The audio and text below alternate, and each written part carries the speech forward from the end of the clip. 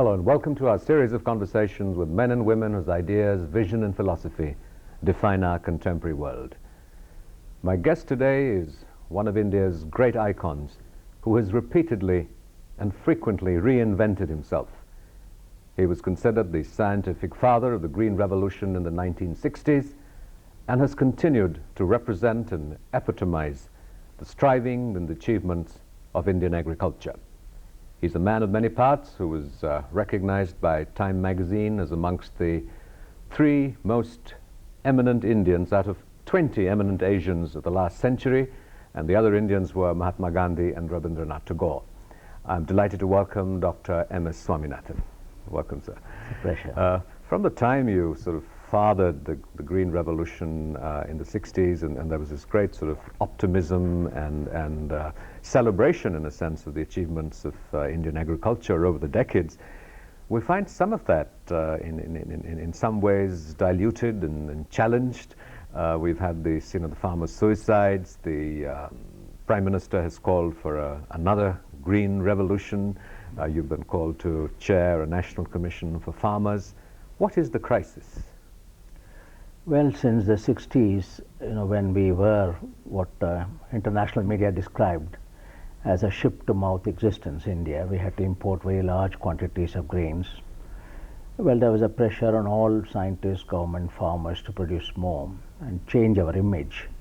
And that happened in the 60s, and what was termed essentially by the media as the Green Revolution was one which changed the whole attitude towards agriculture in our country, one of pride and confidence rather than one of despair and a doom philosophy.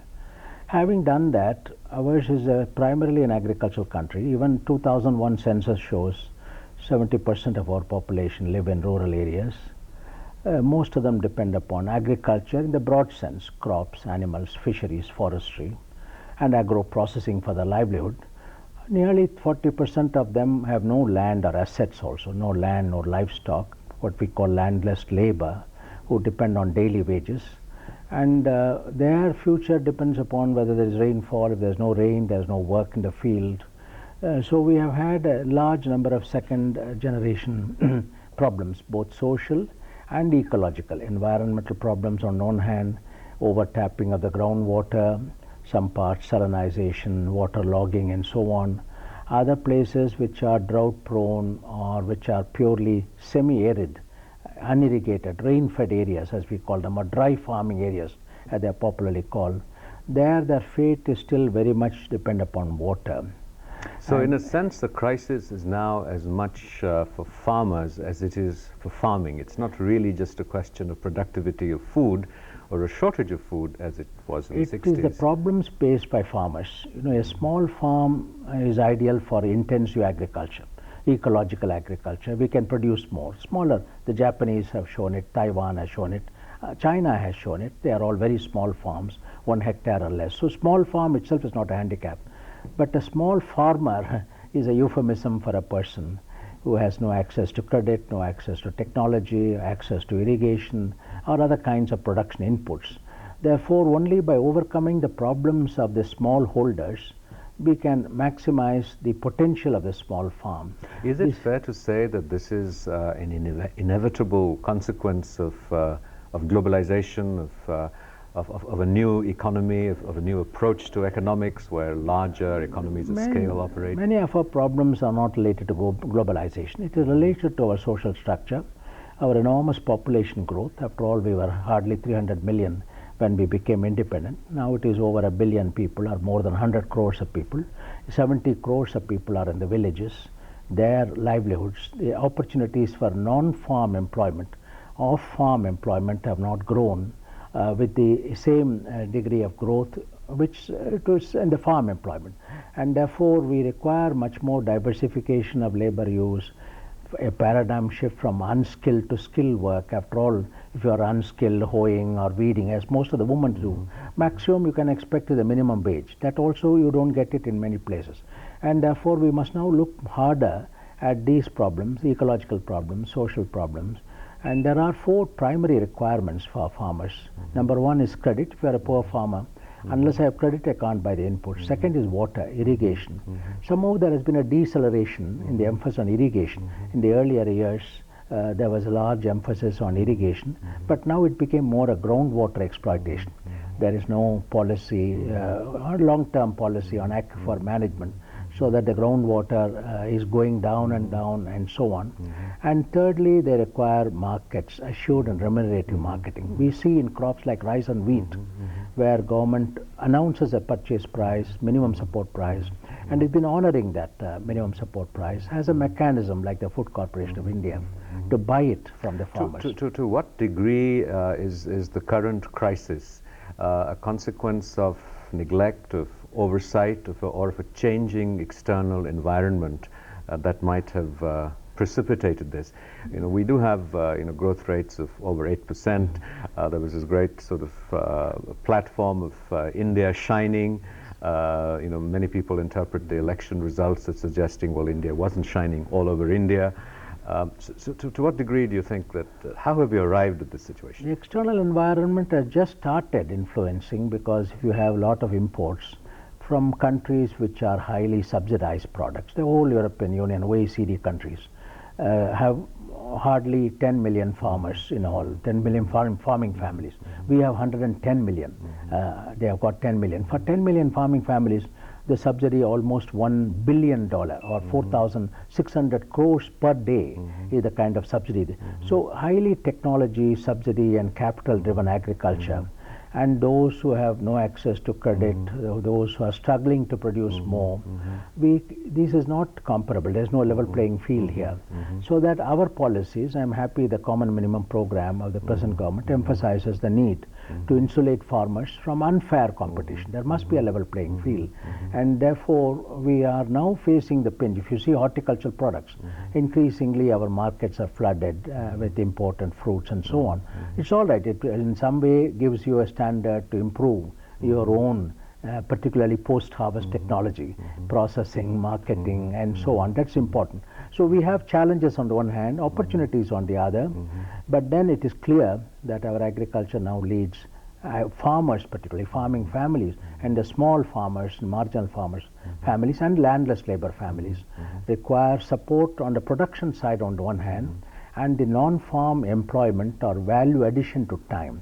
Unless from unskilled to skilled work they will always remain in what World Bank calls $1 per day, because so long as they're unskilled. So our massive effort in knowledge empowerment, in skill empowerment, shifting a large number of people to non-farm agro-processing, agro-industries, as China had done. When China started revolutionizing its agriculture, they had a two-pronged strategy.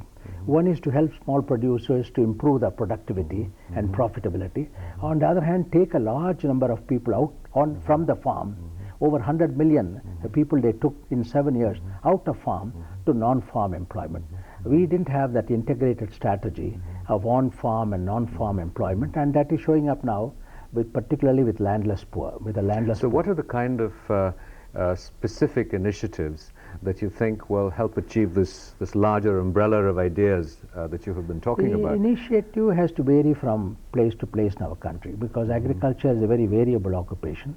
There's enormous diversity of cropping systems of land. That is both our strength also. Our strength is we can practically grow any crop, tropical, subtropical, temperate, in some part of the country or the other.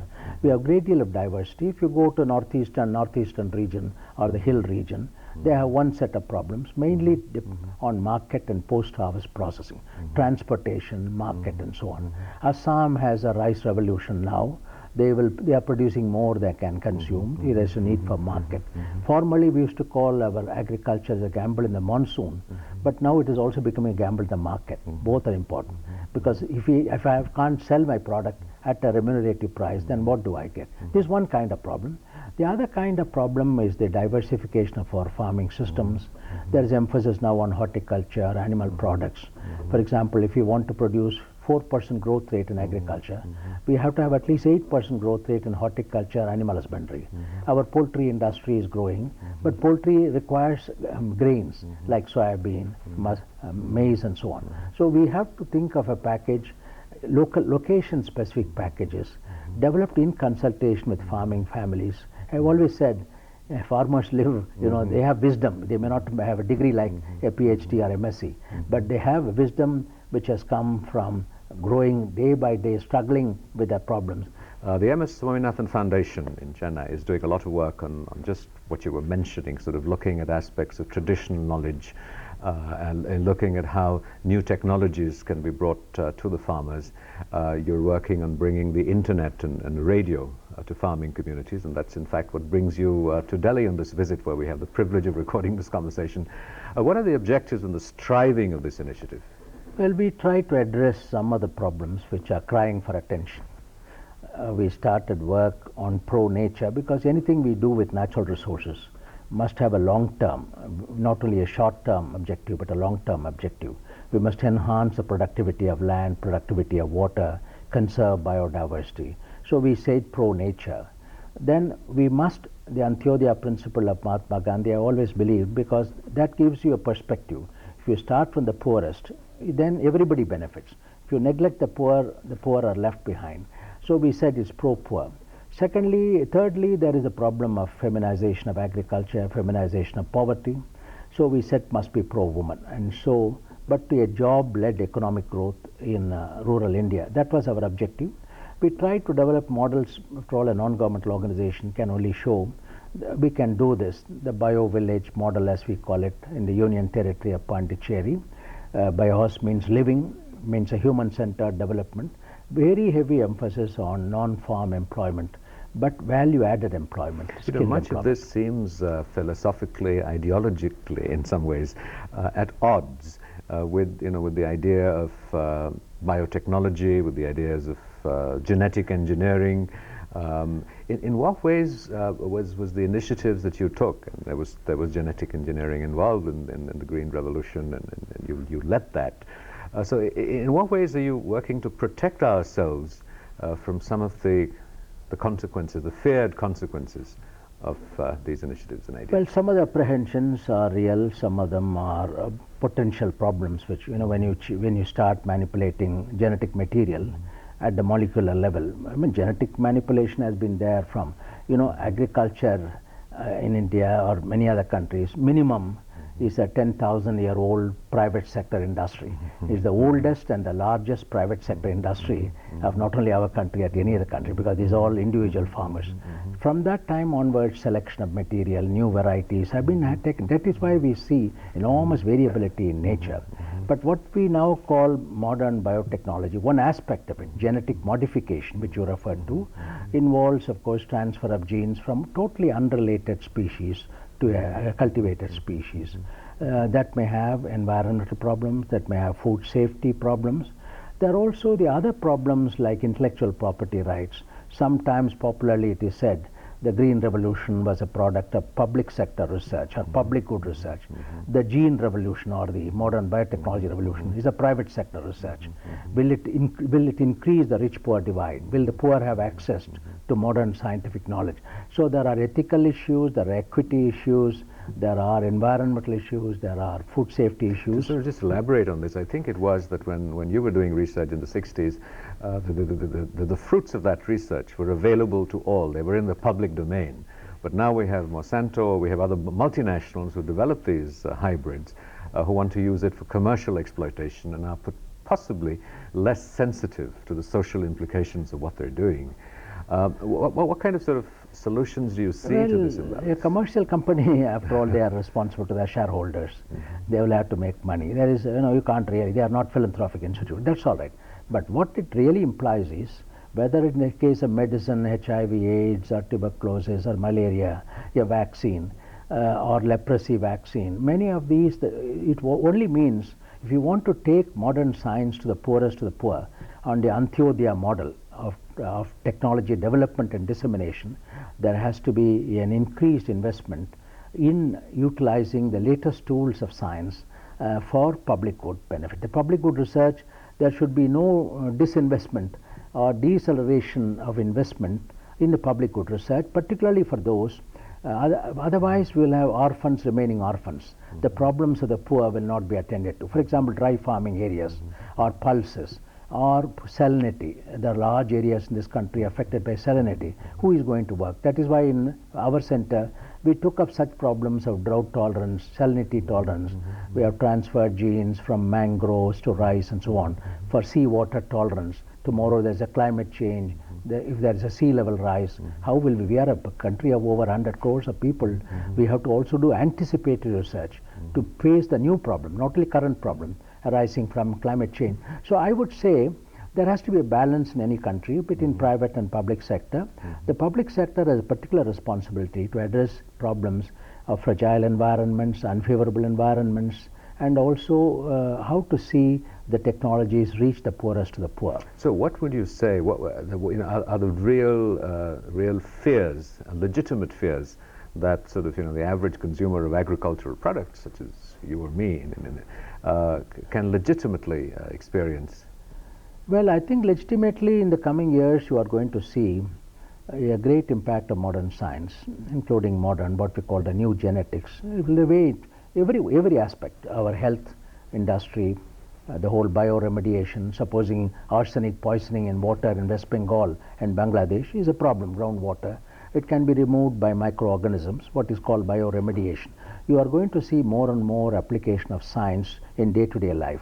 How can this be regulated and managed so that some of the pitfalls that you mentioned are avoided? There is already a dispute, say, between Europe and the United States on how much or how far bioengineered product government has consumed. a key role to play. The regulatory mechanisms must inspire public confidence, media confidence. Regulation, education and social mobilization are the three pillars. Government must regulate. At the same time, people must be educated. We may have a Biodiversity Act. Most people in the villages do not know. We go to Rome and say Codex Alimentarius standards of food safety. How does the person in the field know? So we need a very large, this is why I have been interested in the mobilization of modern information communication technology, particularly the radio, the internet. These are very powerful. The combination between community radio, I think our whole policies must change in order to allow people to have access, small areas, contiguous areas, ecological areas, a community radio combined with internet. You can give the latest information to them. All along the coastal areas, fishermen could be guided and so on. So we need in this country, because if you look at the rich-poor divide from the Industrial Revolution of Europe, you find technology has been a very important factor in enlarging rich-poor divide. Today we must enlist technology as an ally, as a friend, to bridge the divides, gender divide, genetic divide, and economic divide, technological divide. We should make it all the divides must become really no divides at all, but all have benefits from new technology. Dr. Swaminathan, you were talking about how technology could realistically be used to bridge the many divides that divide us. What are some of the key areas that you would recommend that technology? Well, fortunately our country has made both investment and we have tremendous expertise in certain areas. Biotechnology, we have considerable expertise. Information technology, the world acknowledges our leadership, particularly in software development. We also have a considerable expertise in space technology, our space applications. We are going to have an education satellite, totally committed to it. We have tremendous capacity in distance education today. There are distance, apart from the Indira Gandhi National Open University, we have state universities, and nuclear energy and nuclear applications in day-to-day life, isotopes, food irradiation, many other. Now, how do we take all this to the people on a very large scale? How do you, what I have been calling lab to land or land to lab, it is not one way, we have to learn from the other way also. This requires much greater attention today. This is where the knowledge age, as we call, or information age as we call it, we must capitalize. That is why I believe that by August 15, 2007, which marks the 60th anniversary of our independence, we must have every village, 600,000 villages of our country, must have the benefit of both the internet, the radio, the cable TV, and of course the vernacular press, all of them, because we have entered a knowledge era. And even agriculture today is becoming more knowledge intensive, not chemical intensive. It is not capital intensive, chemical intensive, but knowledge intensive, ecological agriculture. That is to our advantage where we don't have resources. But then how do you get the right knowledge at the right time, at the right place? And how do you get the interactive one, feedback between farmers and so on? So I have great hope that if we utilize our capacity utilize the benefits of our investment in science and technology in a really meaningful way with a social commitment, then we can leapfrog in certain areas. Just as another green revolution you talked about, I call it now an evergreen revolution, because evergreen revolution means improvement of productivity in perpetuity, and not at one shot and go back, but without ecological or social harm. There are great opportunities. You know, I've had the privilege of talking to you several times over more than a decade, and each time you sort of manifest an infectious enthusiasm and optimism about what is possible and what will happen in a larger sort of climate of despair, where most people tend to be despairing about what will happen, and there's corruption and there are all the obstacles to change and progress. What gives you this sense of feeling of ebullience and possibility? Where does this come from? There are two major reasons. One is our democracy. Fortunately, we have a democratic systems of governance, and if we really now give meaning and content to the Panchayat Raj, starting from below our democratic structures, we have elected bodies with 1/3 representation of women. It's a very major gain in this country, and unlike our neighbors and many others, we must make full use of the democratic, because democracy means consensus, conversation, dialogue, not coercion, not oppression, but conversation and consensus building. That gives me a lot of confidence, and I find every year our democratic traditions are getting strengthened, not weakened, as the recent elections also showed. It is getting strengthened. The second is technology. Modern technology has enormous opportunities here. Information and communication technology we have got, for example, in our villages what we call an entitlements passbook. Every family has an entitlements passbook which gives them information. If I am a Dalit, what are all the schemes available to me from government? They are disaggregated by gender, by age, and so on. That one step of information empowerment on entitlements has enabled them to access their entitlements. So we must make use of information technology much more effectively for meaningful purpose, not only for entertainment and so on, but for meaningful. So I have a great hope, and I see we have always, not that one should muddle through problems. Today we have a very difficult problem of employment, one of our major problems. We say now today food security in this country cannot be measured in terms of millions of tons as we were using in the 60s. It has to be in million person years of jobs or livelihoods. If I have job, I have income. If I have got income, there is food in the market. Market is full. So we must make a paradigm shift. Whatever is relevant in the 20th century, we must get the best out of our lessons there. But now we must, both opportunities and challenges of the present century and the present decade, we must face them squarely. But surely this optimism that I talked about and faith in the possible is also an aspect of personal philosophy. You were inspired and greatly moved by Gandhi and Gandhian ideals, and contrary to sort of perhaps a misconceived popular perception that Gandhi was always sort of simple, close to the land, close to the people, not entirely enamored by technology. How have you bridged these two worldviews? Well, you see, if you go back to Gandhi, not everything what he said 60 years ago may not be the same, because the world has passed by. But the basic diagnosis that Gram Swaraj is the pathway to Purna Swaraj. We will have complete independence only from below, working what now it is called bottom-up approach, building. Don't neglect your villages, the rural people. They are the backbone of this country, the backbone of agriculture. And agriculture is the backbone not only of the livelihood and ecological security system, but the backbone of our national sovereignty. If you are a food begging country, you can't have an independent foreign policy. Therefore, Gandhi diagnosed some of the ills of our society. What he didn't call the brain drain as somebody going to United States or Europe. He said the worst form of brain drain is from the village to the town. As soon as you are educated, you feel the time has come for me to leave the village. But you require agriculture's knowledge intensive. Unless the brain and brawn are combined together, we can't progress. And that is why I feel there are many areas of Gandhian thought which you may not be what he said at a time, because we are fighting the British. Today we have a new paradigm, but I think we should draw the basic fundamentals of, including non-violence, a society which is going to be violent. If there is no peace and security, as we see in many African countries, it is not anything to do with production, agricultural production. But if there is no peace and security in the country, how can there be any progress? And therefore I would say, whether the past or the new, I don't worship the past because it's old. We don't worship something because it's new, whether it's technology also, biotechnology. But try to get the best which can advance human security and happiness on a sustainable basis in our country.